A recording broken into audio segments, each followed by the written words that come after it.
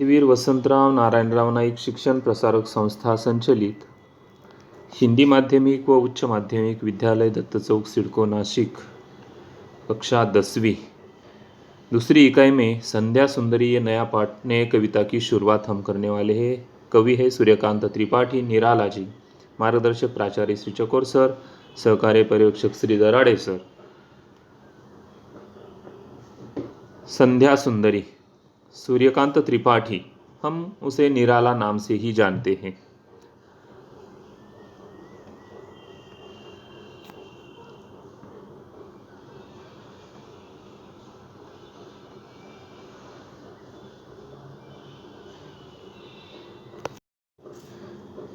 प्रस्तुत कविता में निराला ने संध्या का बड़ा ही सुंदर वर्णन किया है। निराला की जो गणना है छायावाद के प्रमुख कवियों में होती है। उन्होंने हिंदी कविता को परंपरागत विषयों से मुक्त किया। संध्या सुंदरी के वर्णन में यह कवि द्वारा प्रयुक्त जो प्रतीक, बिंब, अलंकार, उल्लेखनीय ऐसी बाब इस कविता के माध्यम से हमें यहाँ बताने का प्रयास सूर्यकांत त्रिपाठी उर्फ निराला जी ने यहाँ करने का प्रयास जो किया है वो आज कविता के भावार्थ के साथ हम यहाँ देखने वाले हैं। तो हम कविता का भावार्थ देखते हुए हमें जो कविता की पंक्तियाँ है उसकी तरफ ध्यान देना और उसका भावार्थ समझ कर लेना ये हमारा काम है। अपने पाठ्यपुस्तक में भी आप वो देख सकते हैं। देखते हैं कविता की ओर। दिवसावसान का समय मेघमय आसमान से उतर रही है। वह संध्या सुंदरी परी सी धीरे धीरे धीरे।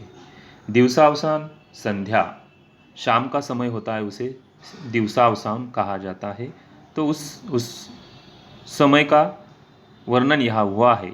मेघमय आसमान से उतर रही है। मेघमय यानी बादलों से युक्त जो बादल होते हैं, मेघमय आसमान से उतर रही है वह संध्या सुंदरी परी सी। देखो, जैसे ही दिन ढल जाता है और वहाँ का जो वर्णन निराला जी ने किया है बड़े ही अच्छे ढंग से किया है। क्या नाम दिया है उसे? वह संध्या सुंदरी परी सी, यानी संध्या सुंदरी शाम का वर्णन करते हुए एक सुंदर स्त्री का वर्णन, एक परी सी स्त्री है उसका वर्णन यहाँ हुआ है। और निराला जी अपने शब्दों में हमें यहाँ बहुत ही सुंदर ऐसे शब्दों से बंधे हुए इस कविता के अंदर लेके चलते हैं। और वो संध्या सुंदरी कैसे नीचे आती है? धीरे धीरे धीरे। चलो आगे देखते हैं। तिमिरांचल में चंचलता का नहीं कहीं आभास। तिमिरांचल में चंचलता का नहीं कहीं आभास। मधुर मधुर है दोनों उसके अधर, किंतु जरा गंभीर नहीं है उसमें हास्य विलास। एक एक कविता के भावार्थ हम यहाँ देखते हैं। तिमिरांचल में चंचलता, तिमिरांचल यानी अंधकार भरा क्षेत्र। जैसे कि संध्या होते ही अंधेरा होने लगता है, वैसे ही तिमिरांचल में चंचलता का नहीं कहीं आभास, यानी उसमें जो तिमिरांचल में चंचलता, जो अंधेरा होने जा रहा है उसमें कोई चंचलता का आभास नहीं हो रहा। यानी दिन और रात इन दोनों को मिलते हुए यहाँ जो वर्णन हुआ है उसे कुछ अलग शब्दों से कहा गया है। तो देखिए, वो मधुर मधुर है दोनों उसके अधर। किसके? एक उजाले के, एक अंधेरे के, ऐसे दो मधुर मधुर है दोनों उसके अधर। या अधर यानी ओठ, यानी हमारे मुंह में जो दो ओठ रहते हैं, ऊपर वाला और नीचे वाला, ऊपर वाला दिन का और नीचे वाला रात का, ऐसा वर्णन निराला जी ने यहाँ किया है। इसीलिए कहा है कि तिमिरांचल में चंचलता का नहीं कहीं आभास, मधुर मधुर है दोनों उसके अधर, किंतु जरा गंभीर नहीं उसमें हास्य विलास। लेकिन वो दोनों जो अधर है, जो ओठ है, वो एक दूसरे को तो मिल रहे हैं, अंधेरा होने लगा है, लेकिन किंतु जरा गंभीर नहीं है उसमें हास विलास। उसमें जो हास विलास होना चाहिए, वो आनंद होना चाहिए, वो आनंद वहाँ देखने को नहीं मिल रहा। जैसे कि वातावरण में जो चंचलता का अनुभव नहीं हो रहा और संध्या के दोनों अधर जो मीठे हैं किंतु उनमें बिल्कुल हास विलास नहीं दिख रहा। क्या है उसमें, तो देखे हंसता है तो केवल एक तारा, उसमें हास विलास नहीं दिख रहा लेकिन दिखता है एक तारा दिख रहा है। कौन सा, केवल एक, जैसे कि आकाश में अंधेरा होने लगता है तो एक एक तारा दिखने को लगता है ना, वैसा सिर्फ एक तारा वहाँ देखने को मिल रहा है।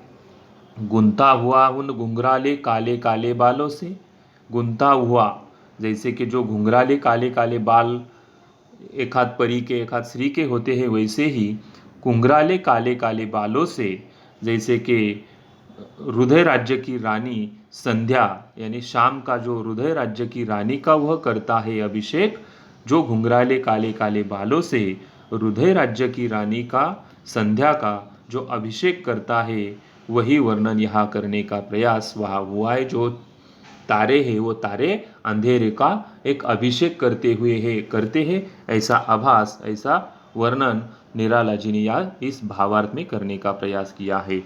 आगे वाले भाग में, अलसता की सी लता किंतु कोमलता की वह कली, अलसता सी की लता किंतु कोमलता की वह कली। देखो जो कली का वर्णन यहाँ हुआ है, अलसता सी, जैसे कि संध्या एक आलस्य का ही वर्णन उसका किया है। अलसता की सी लता यानी वो संध्या एक आलस्य की लता है, किंतु कोमलता की वह कली, किंतु वह कली के समान कोमल है।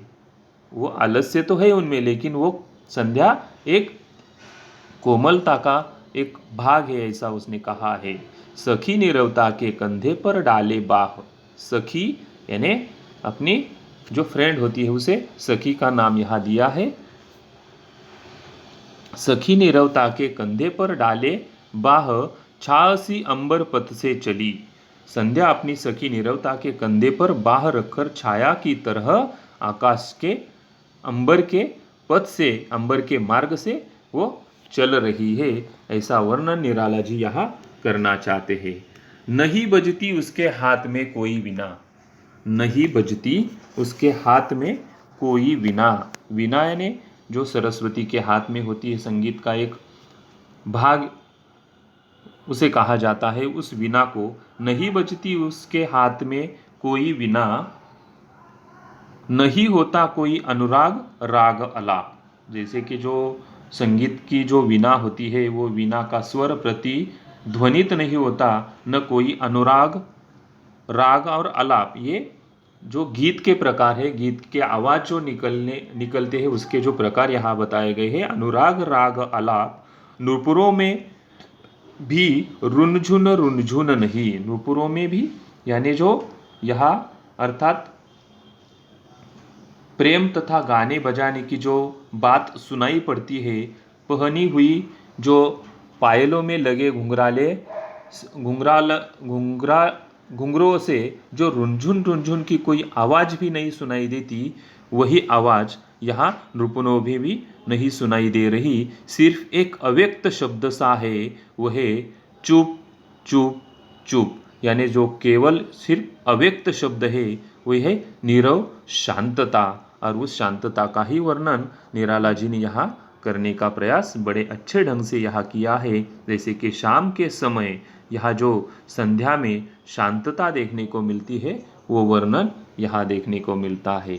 आगे देखें, है गुंज रहा सब कही, है गुंज रहा सब कही, व्योम मंडल में जगती जल में। यानी संध्या अमृत की नदी बहाती हुई आती है, ऐसा वहाँ वर्णन वहाँ होता है और उसका ही वर्णन यहाँ किया है। हे गुंज रहा सब कही, व्योम मंडल में जगती जल में, सोती शांत सरोवर पर अमल कमलिनी दल में। देखते हैं इसमें जो वर्णन हो रहा है, उस वर्णन का जो भाग, हे गुंज रहा सब कही व्योम मंडल से जगती मल में।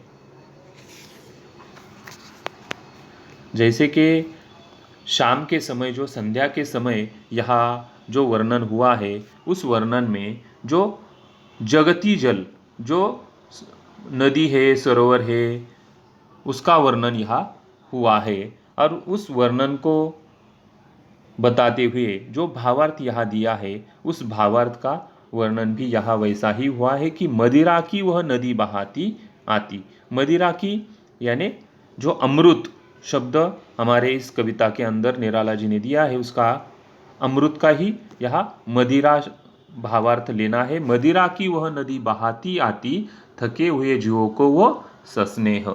संध्या अमृत की नदी बहाती हुई आती है तथा थके हुए प्राणियों को अमृत का एक प्याला पिला देती है। थके हुए जो शाम को अपने काम करके घर में आते हैं, वो थके हुए जीवों को वह सस्नेह प्यार से वो एक प्याला पिलाती है। सुलाती उन्हें अंक पर अपने, सुलाती उन्हें अंक पर अपने, जो लोग थके होकर अमृत का प्याला पीकर तब उन्हें अपनी गोद में लेकर सुला देती है। अंक पर इसमें अपने गोद पर सुला देती है। दिखलाती फिर विस्मृति के वह अगणित मीठे सपने। दिखलाती क्या दिखाती है? सोने के बाद थके हारे लोगों को संध्या भूले बिसरे असंख्य मीठे सपने दिखाती है। दिखलाती फिर विस्मृति यानी भूले हुए सब सपने, अगणित बहुत ही है इसे कि उसका कोई ठिकाना न हो, ऐसे मीठे सपने दिखाने का प्रयास या वो संध्या करती है। अर्धरात्रि की निश्चलता, अर्धरात्रि की निश्चलता में हो जाती जब लीन, यानी आधी रात के समय जब सब कुछ स्थिर हो जाता है, जैसे कि हम सो जाते हैं तो पूरा की पूरा अंधेरा रहता है और एक नीरव शांतता रहती है, उस वक्त में अर्धरात्रि की निश्चलता में हो जाती जब लीन, कवि का बढ़ जाता अनुराग विरहाकुल कमनीय कंठ से। आधी रात के समय जब सब कुछ स्थिर बन जाता है, तब कवि का प्रेम बढ़ जाता है, कवि का बढ़ जाता अनुराग, यानी कवि का जो अनुराग है, उसके अंदर का जो शब्द प्रयोग है, गीत है, वो बढ़ जाता है विरहाकुल कमनीय कंठ से, तथा उसके विरहाकुल सुरीले जो गले में निकलने वाले गीत है, कंठ है, उससे आप निकल पड़ता तब एक विहाग, गले से संगीत का एक राग निकल पड़ता है, आप निकल पड़ता तब एक विहाग, और ऐसा आवाज निकल पड़ता है और वो रात ढल जाती है। ऐसा बड़े ही अच्छे ढंग से वर्णन यहाँ करने का प्रयास निराला जी ने यहाँ किया है। भावार्थ यहाँ मैंने बताने का तो प्रयास किया ही, फिर से आप ये वीडियो देखकर समझ कर लेना है भावार्थ को। और मैंने एक कविता का जो भाग है, वो कविता गाकर यहाँ आपको सुनाने का प्रयास किया है, वो आपको सुनना भी है। भावार्थ आज के लिए बस इतना ही। धन्यवाद। आपको कविता सुननी है